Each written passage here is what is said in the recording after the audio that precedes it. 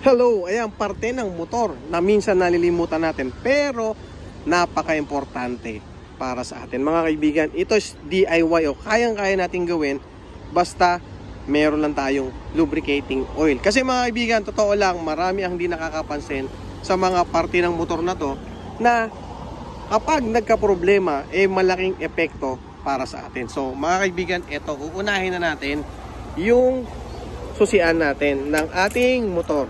Okay?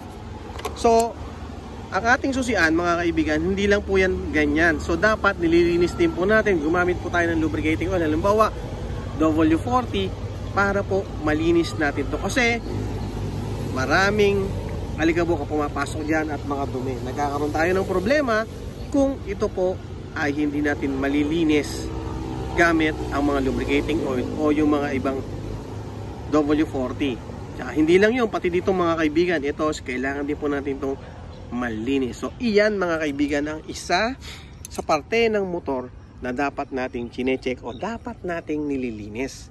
Kasi kung magkakaproblema yan, syempre hindi mag-i-start ang ating motor.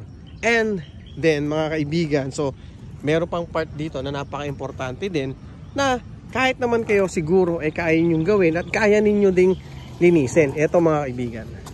Okay?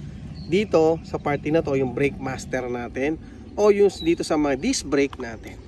Kung kaya niyo din lang pong linisin or kung kaya niyo pong lagyan ng penetrating oil W40 yung ating dito sa part na to, okay, sa part na yan mga kaibigan natin, ay mas maganda po yan. Kasi syempre kapag ang ating disc o yung ating brake pad hindi na po gumagana ng maayos kasi nga po is puro na dumi, tulad yan, puro dumi na yan. Sa mga susunod na araw lilinisin na natin yan, puro dumi na yan, hindi na po magpapunction ng maganda. Kailangan malinis po natin yung parte nito mga kaibigan. So kasama yan sa dapat nating chinecheck at dapat nating nililinis. Okay? And meron pa po tayong dapat linisin mga kaibigan. Dito naman mga kaibigan, sa may upuan natin, ito, yung lock po. Diba? Marami nakaka-encounter sa atin na ito po ay nagkakaroon ng problema.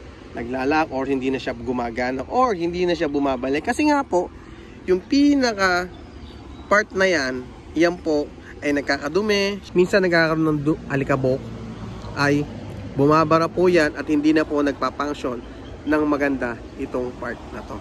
Okay mga kaibigan, yan yung pangatlo na nalilimutan nating linisin. Kasi nga, dahil busy tayo or akala natin is wala lang, baliwala lang yan. Pero, napaka-importante din po niya at napakahalaga po niyan. Isama na natin mga kaibigan, yung nakarang video ko na sinabi sa inyo, yung ating pito. Okay? Kung ang pito nyo ay may tire sealant, huwag nyo kakalimutan na linisin po ito. Gamitan po natin ang W40 ha. Yan, kasi nga po, nabubuo dito yung tire sealant. Kaya mas maganda linisin po natin to lagi. Yan, gamitin po natin ang penetrating oil o W40 para po magtuloy-tuloy yung ganda ng ating gulong. And sa katabi po niyan, ito. Yan. Ito pong adjusting natin or yung adjuster natin para sa ating preno dito sa likuran. So dapat mas maganda malinis din po natin yan. Kasi nga po kung hindi nyo lilinisin yan, kapag po tayo ay adjust, may hirapan po tayo kasi nga po hindi po natin nalilinis ng maayos tulad yan. No, kita nyo naman medyo madumi na yan.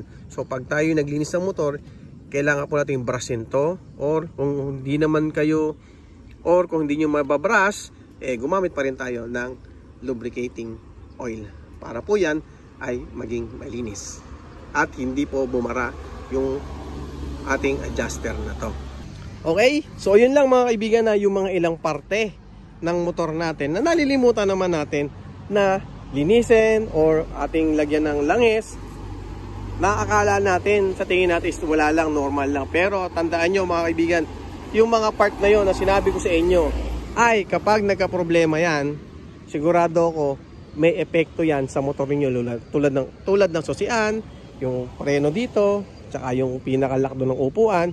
Kapag hindi po natin naalagaan ng ayos yan, darating ang araw, magkakaroon tayo ng problema dyan at kahit kayo ay mapupurwisyo din dyan.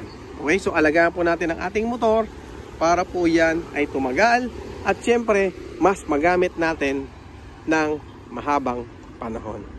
Okay, so ingat po tayo palagi mga kaibigan na. So maraming salamat and enjoy po natin ang pagmamaneho. Bye bye, thank you.